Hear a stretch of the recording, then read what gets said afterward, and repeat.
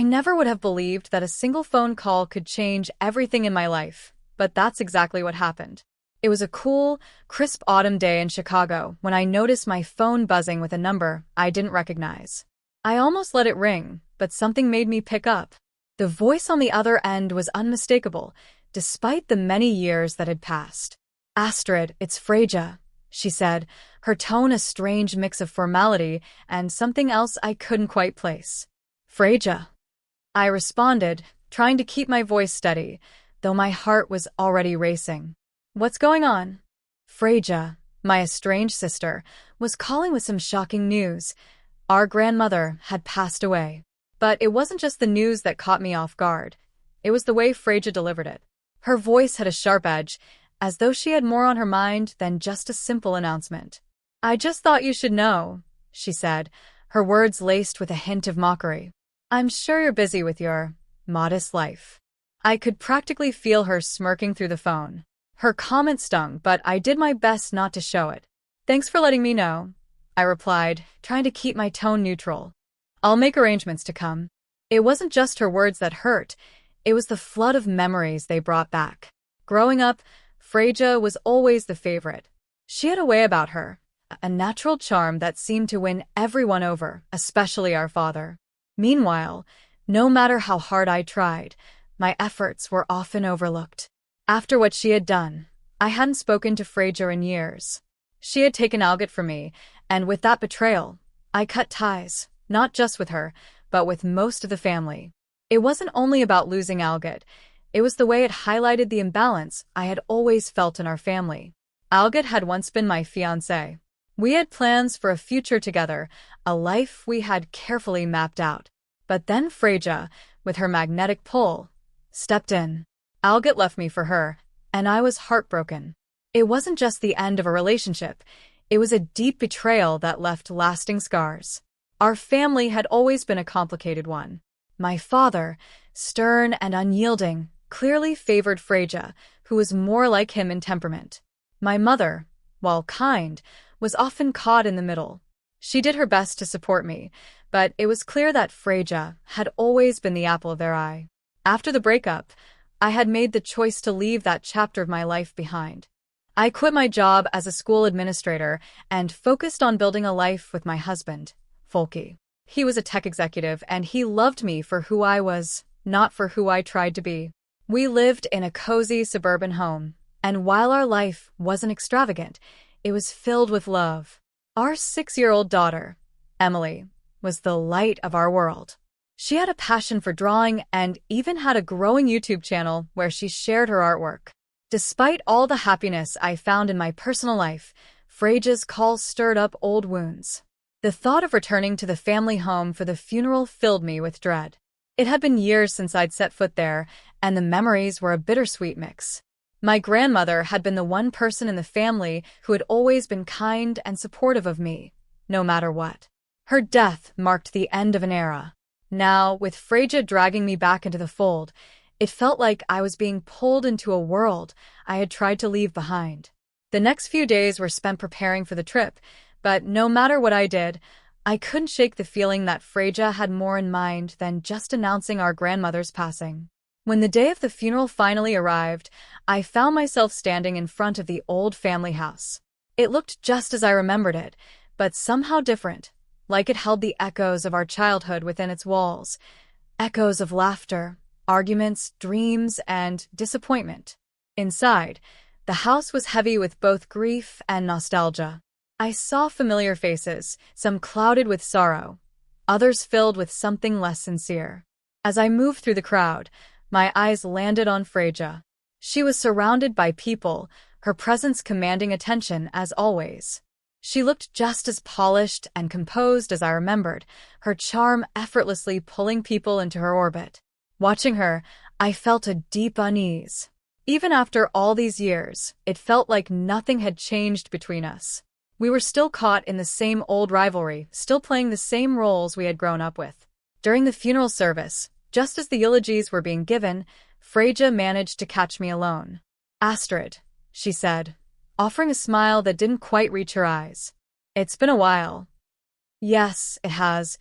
I forced a smile in return, trying to keep my emotions in check. "How have you been?" "Oh, she replied, her voice dripping with sweetness that didn't feel genuine. "Life's been interesting." I could hear the subtle challenge in her words, the old competition between us lingering just beneath the surface. As I stood there looking at her, I realized that this wasn't just a funeral. It was a confrontation with the past, with all the betrayals and choices that had shaped both of our lives.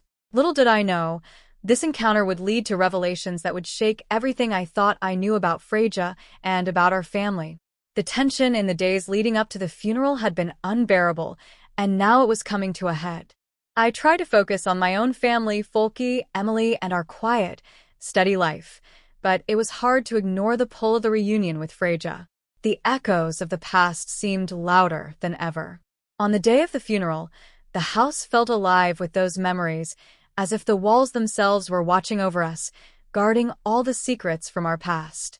As I entered the living room, I felt Freja's gaze on me again. She approached me, her polished exterior intact, but this time her smile seemed more genuine, though still edged with something I couldn't quite trust. "I've been meaning to catch up," she said, her voice filled with curiosity. "It's been so long since we've really talked." "Yes, it has," I responded, struggling to keep my emotions in check. I watched Freja with a mix of curiosity and frustration. Beneath her confident exterior, I knew there was a maze of deceit and manipulation. It was hard not to notice how she casually mentioned Algot, my former fiancé, and now her ex-husband. The way she dropped his name into conversation, acting as if their failed marriage didn't bother her, felt like she was reopening old wounds. Algot had once been my entire world. We had been planning a life together until Freja, with her usual charm and slyness, swooped in and took him away. The betrayal shattered me, leaving me broken and unsure of who I could trust. And now, seeing Freja flaunt her life as though none of it mattered made all that pain rise to the surface again. As the evening wore on, I knew I couldn't just let these feelings fester anymore. I needed to confront her, to finally get some closure. As the crowd of mourners began to thin out, I pulled Freja aside, finding a quiet corner in the house. "Freja, can we talk?" I asked, trying to keep my voice steady despite the tension I felt. She looked at me, her eyes narrowing slightly. "Of course. What's on your mind?" "I need to understand why," I said, feeling my heart race as I struggled to control my emotions. "Why did you take Algot from me? What made you think it was okay to just steal him away like that?" Her expression shifted from a fake cheerfulness to something colder, more calculating. "Astrid, it wasn't about taking anything. Algot and I had our own connection. You just didn't see it.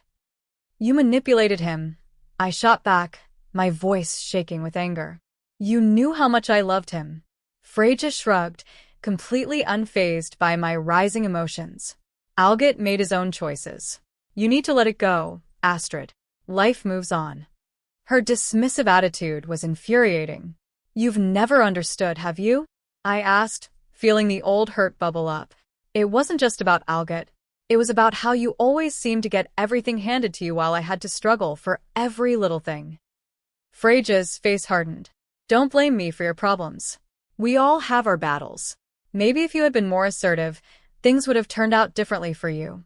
Her words cut deep, hitting all the old insecurities I'd tried so hard to bury. I wanted to lash out, but I took a deep breath, forcing myself to stay composed. "This isn't just about Algot," I said, my voice quieter but still strong. "It's about our family, the way everything was always stacked against me." Before she could respond, we were interrupted by the arrival of some distant relatives, forcing me to step away from the confrontation. The conversation was left unresolved, and the rest of the evening passed in a blur of faces and condolences. But my mind was stuck in the past, replaying everything that had been said and everything that hadn't. The next day, as the funeral wrapped up, I felt a strange mix of relief and apprehension. Our family dynamics were as tangled as ever, and I couldn't shake the feeling that there was more to uncover. Freja's perfect image was beginning to crack, and I was determined to get to the bottom of it. Leaving the funeral, I felt heavy with the weight of all that had been left unsaid, but I also had a renewed sense of purpose. The confrontation with Freja had opened a door to deeper truths, and I wasn't going to let it close without finding out everything. I was ready to face the lies and deceptions that had shaped our lives, no matter what it revealed. In the days following the funeral, an uneasy calm settled over me.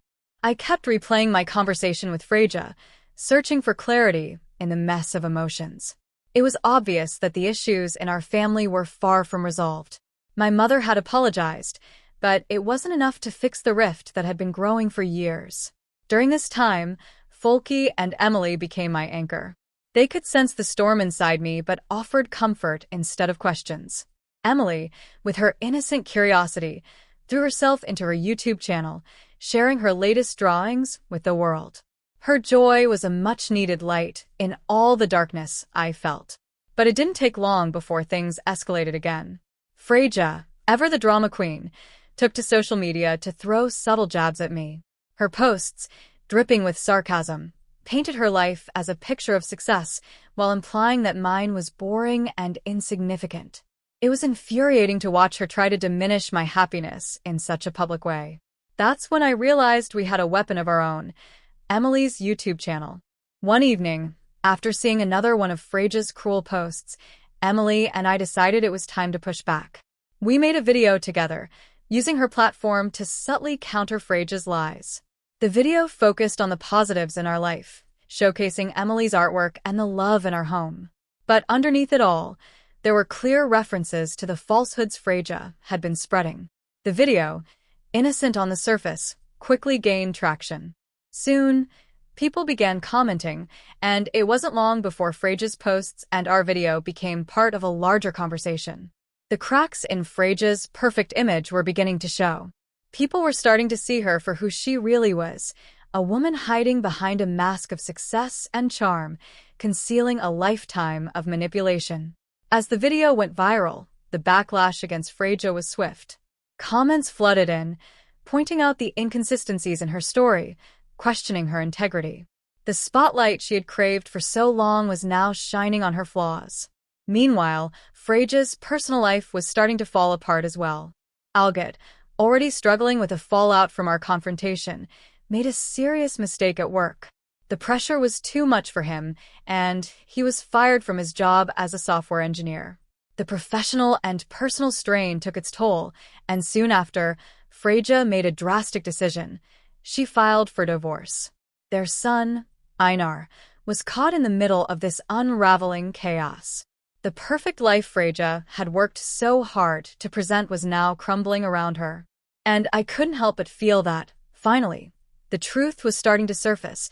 I observed Freja's life unraveling before my eyes.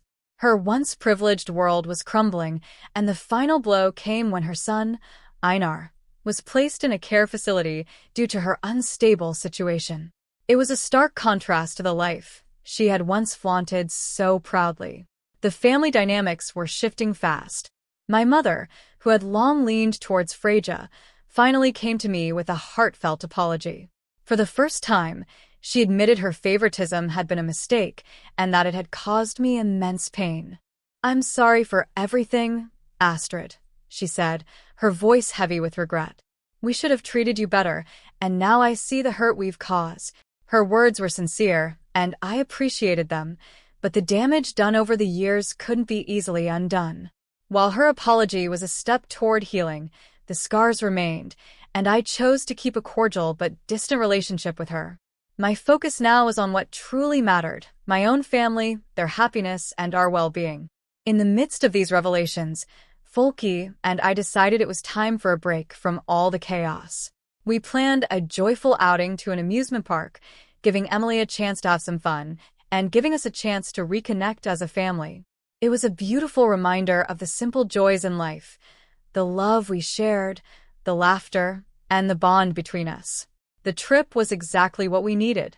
It allowed us to step away from the drama, refocus, and reminded me how lucky I was to have such a supportive family. That day, as we enjoyed the rides and the carefree atmosphere, I had a realization. The past had its shadows, but the future held the promise of light. Freja's fall from grace and my family's apologies had brought a sense of closure to me.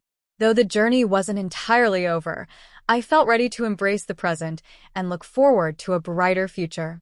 In the weeks after our family outing, a deep calm settled over me. The turmoil that had once dominated my life was finally starting to fade. As I looked around at Folky and Emily, I realized how much we had grown through the challenges we faced.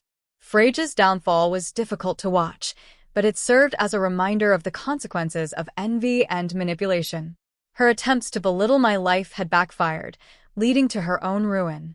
The divorce, the loss of her son to a care facility, and her tarnished reputation were harsh but inevitable consequences of the choices she had made.